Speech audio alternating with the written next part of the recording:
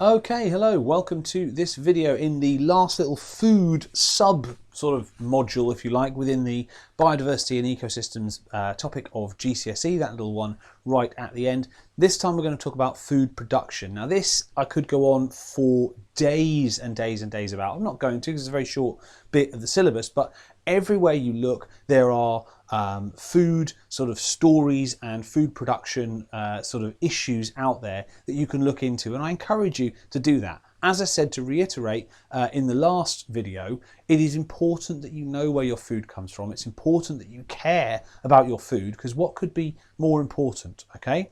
Now, this is the bit of syllabus. The efficiency of food production can be improved by restricting energy transfer from food animals. As you can see, it's a very short bit of syllabus. So this is going to be a much shorter video, right? Assuming I can control myself from going off on, one of my sort of pet rants about food production, okay? So what is the basic theory here? How can we make food feeding humans efficient? Well, hopefully you've seen the last video and you know we've got population getting greater and obviously lots of people are getting wealthier, therefore wanting to eat more luxurious food, okay? Now that obviously is great, it's fine, but we need to make sure that we can actually feed people, okay? So this is the point where we don't just eat everything that we can possibly afford. We've got to make some ethical choices, okay? We've got to make some, think about the theory and think about how we produce and how we eat our food. So this is not news. Look at the biomass transfers thing at the beginning of this sort of series. Energy is lost at every step in the food chain, and the theory goes like this: the shorter the food chain between the sun and you, the more efficient the energy transfer is, because the less opportunity there's been for energy to be lost. So if it goes sun, plant, you, right, there's a lot more of the sun's energy that's ended up in you than if you go sun, plant, animal, animal, you, right? That's obviously fairly straightforward, okay? So fewer steps equals more energy getting to us. So that's basically the argument for don't eat anything that eats anything else, right? And you can see where this is going. We're going to come to that a bit later, okay? So I'll give you an example. Now you could put soybeans in there in terms of, instead of maize, it doesn't really matter, right? The idea being, if you've got maize or soybeans or whatever, there's a certain fixed amount of energy in that, and you take that crop and you feed it to cows, and then you feed those cows to humans. Well, why are you doing that? Why not just have the humans eat the maize, okay? And in theory, then they'd have a much higher amount of energy from the food that's come from the sun, from the energy that's come from the sun. So why are we not just comparing these two bars, okay? Much more energy makes it to humans when you shorten the food chain. And if you are sort of comparing a vegetarian diet with eating food that is eating meat that is fed on your vegetarian diet, then that logic absolutely holds. This is the way to make food production more sustainable and more efficient, okay? Now, if you want to reduce the energy loss, but you still want to make meat, okay, the cold hard logic says, well, okay, where does energy get lost in a food chain? You've done that lesson, you know the answer, okay? So animals lose energy as respiratory losses, heating their bodies, moving. So if you reduce those, if you keep them warm, and you stop them moving, logic dictates they will lose less energy and more of it will go into biomass, okay? So if you keep the animals warm and still, they will retain more energy as biomass. So maybe some kind of large sort of shed arrangement that we heat up, and then maybe like some little sort of enclosures or pens that we keep the animals in so they can't move around. So that basically what we've invented there by a process of logic is battery farming, okay, which obviously is a rightly loaded and negative term, okay? Now there's a lot more to it than this, but this is the cold hard logic of how you make meat more efficient, okay? Now let's take chickens as an example, because this is where the sort of food production lobby, the food sort of welfare lobby has really cut through. We all know what a free range chicken is, and we all know it's something that we want broadly, okay? Free range systems look like this, okay? The chickens have got the ability to scratch around in the outside and move around and basically lead a decent life. There is an intermediate, which is called barn chickens, where they're kept for their entire life in sheds like this. They can still move around, but they're packed in, right? And then of course you've got your full battery chicken system there, which of course I think most of us would agree is a horrible, horrible thing, right? So what is the logic? What is the downside of battery farming? Well, essentially, there's the ethical side of things where I don't want to eat a chicken. I don't want to be supporting a system where these chickens live their entire life in these tiny little boxes, okay? I believe, as many people who eat meat do, and I do eat meat, I'm trying to reduce that, but I do eat meat. I believe if you're going to, we owe it to the animal to ensure that it's had the best possible life and the best possible husbandry that it possibly can have had. And this system here definitely isn't that. I'm not going to show you gruesome pictures of chickens that are in battery systems, because you can look at that yourself. They're all over the place. This is not the forum for that. But to give you an idea, they peck at each other. They are distressed, right? They sometimes injure each other so badly that to sort of stop that happening, the farmers will go along and actually cut their beak off with a hot knife, okay? Which obviously is just appalling, right? An appalling way to treat any living creature, okay? And I think that has got through to the UK, the UK populace. But you know, you've got to be careful, because what about in other countries from whom we import meat? What about other systems? There are other advantages, of course, as well to going for this system, which is that the meat you get from free-range chickens is much, much more nutrient rich. It's much, because they basically scratch around, they're eating a wider range of food from the ground, and their eggs particularly, you can actually see the difference. If you look at a free-range egg yolk and a battery egg yolk, you can actually see the much, much, much yellower, okay, with the nutrients that the chicken has acquired. So you can actually even see that in cakes, right? It's not wizardry. You can just see if a cake's been made with free-range eggs from looking at the colour of the sponge. Okay, people think that's mad when I can do that, but it's, you know, it's basically just from the eggs. Okay, if you want to know more about that, then look at the playlist Mr. Gill's Revision Egg. Okay, have a look. So anyway, battery chickens I think is something we're all familiar with, and we all know that we probably don't like. Okay. Now, as a reminder, right, as well for these kind of systems, from the last video, large amounts of potential human food is transported across the globe and fed to animals. This is not just bad because it means they're not living in any sort of natural environment. It also means that we're spending a huge amount of carbon and a huge amount of resources moving food that we could eat to feed animals in places where they shouldn't live that they then can eat, like that we then can eat, right? That is obviously a very roundabout way of doing things. But well, why on earth are we doing this convoluted way of doing things? And the answer is money. Okay, more on this in the next video, but one of the worst things for this is farmed salmon. The idea that you basically dredge up, you go fishing for a huge amount of fish, there's a load of fish that aren't economically viable to sell, so you grind them up into fish pellets and feed them to salmon in farms. So essentially you've there gone sunlight, you've gone algae, you've gone plankton, you've gone small fish, you've gone big fish, you've gone catch the big fish, grind the big fish up, feed it to another fish, okay, and then feed that to a human. That is a seven link food chain, but it's economically viable because people want to eat salmon, they don't want to eat gurnard or dab, right?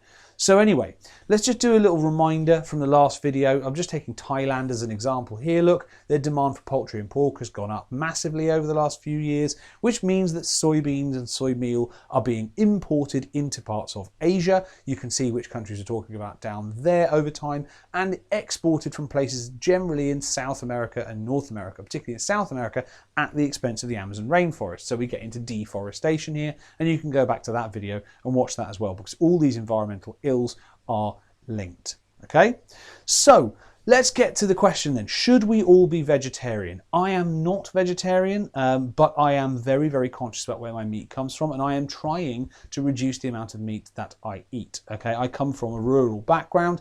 I come from the countryside, from the New Forest, again, as I've told you in previous videos, and obviously meat eating was just normal for me as a child, and meat husbandry and the fact that animals were raised for meat and slaughtered and then eaten was just a perfectly normal thing. But I'm having to accept that we cannot sustainably eat meat every single day and for every single meal. It is not possible for the sustainability of this planet. So obviously, if we were all vegetarian, more energy would make it to humans, okay? But on the flip side of that, I did say it's a more nuanced thing. If humans eat maize, we don't get as much energy from it as if cows eat maize, because of course cows have a different digestive system to us. They are constitutive herbivores, right? We are omnivores. So that comparison wasn't actually 100% accurate. It's still true in principle, but it's not exactly the same.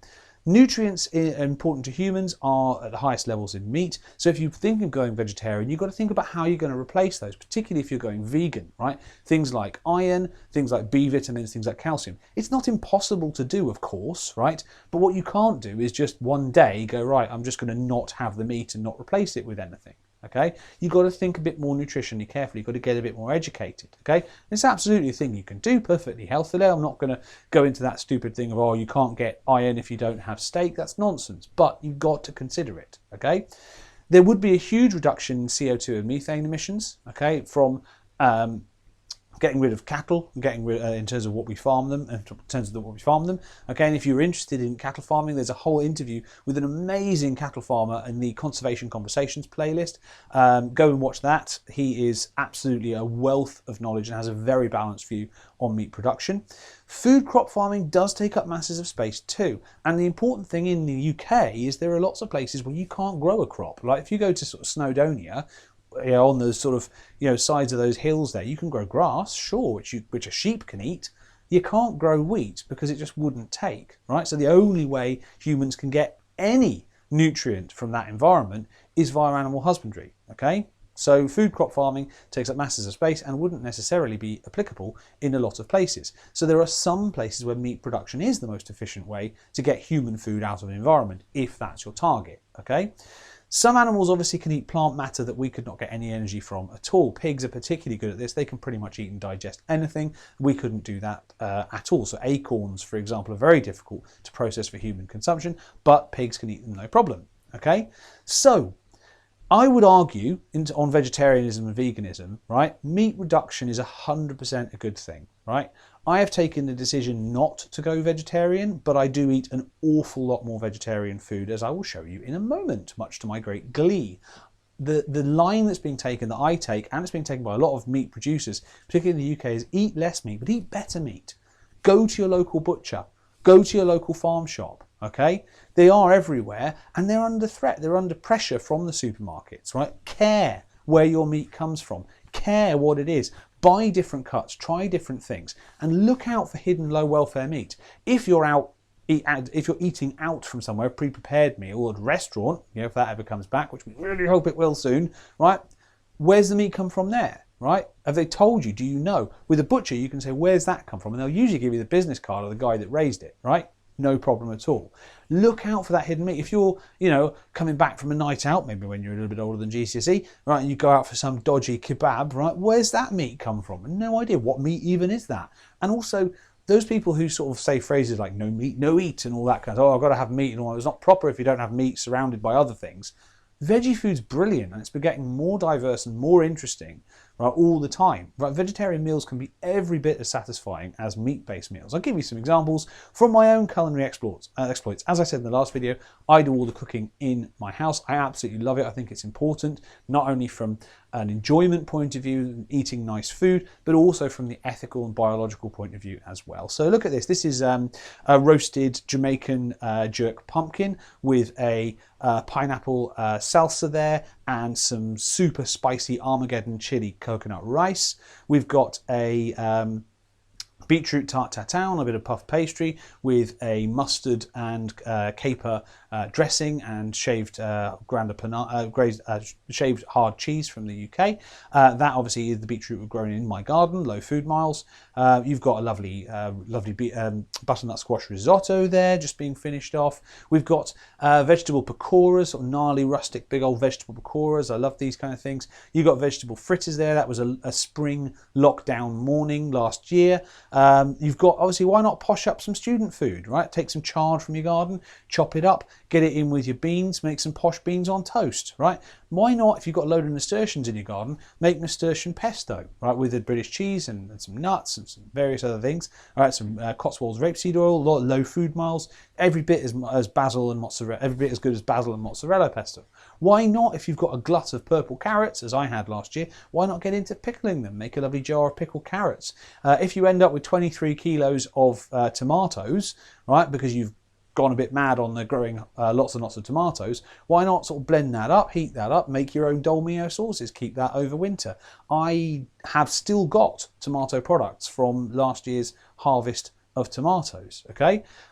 So that basically is kind of what I'm trying to do, okay? And I think it's, for the reasons that I've outlined, I think it's really important that we take this stuff seriously, because we are a nation of animal lovers, or at least we like to think we are, okay? I think generally we are particularly good. My friend from Madagascar, when he managed to make it over to the UK, he commented the fact that the British people are very, very conscious of animal welfare, which is great. And obviously organisations like these listed at the bottom here are there to look after that for us. Obviously there are things like hunting and all that kind of stuff where you could argue that we're not, and other things where we look the other way, not perfect. But generally I think we like to think of ourselves as pretty keen on animal welfare, okay? Now, as such, some of our standards are some of the highest in the world, and they're enshrined in EU law, which, let's not forget, we had a massive hand in making and have now basically turned our back on and gone, what ridiculous nonsense is this? When everyone else is going, well, you wrote this stuff. What are you talking about, right?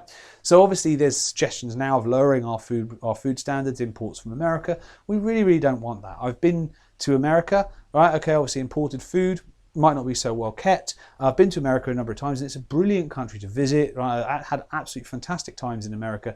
We don't want their food, right? That's one of the things we definitely don't want, okay? We don't want to eat like the Americans, right? They're one of the few countries that on average I would say eat worse than we do, okay? While having the money to do so much better, okay? So anyway, in conclusion, and we'll finish here, as I said that we're going to keep this shorter than the last one, I would say try and buy food from local markets, okay? Try, if you can, to get out to shops, buy foods from local markets. Often it's cheaper, it's not been transported so far, or it's not been mass produced either, okay? Be willing to spend a little bit more on your food because it's so important, okay? Absolutely important. If you can buy 2 chickens for £5, right? If a whole animal's life, right, including the processing and getting it to the shop and selling it to you and the supermarket makes a profit, if a whole animal's life is worth less than £2.50, right, what on earth has the farmer been forced into doing to that animal, right, to keep it that cheap, okay?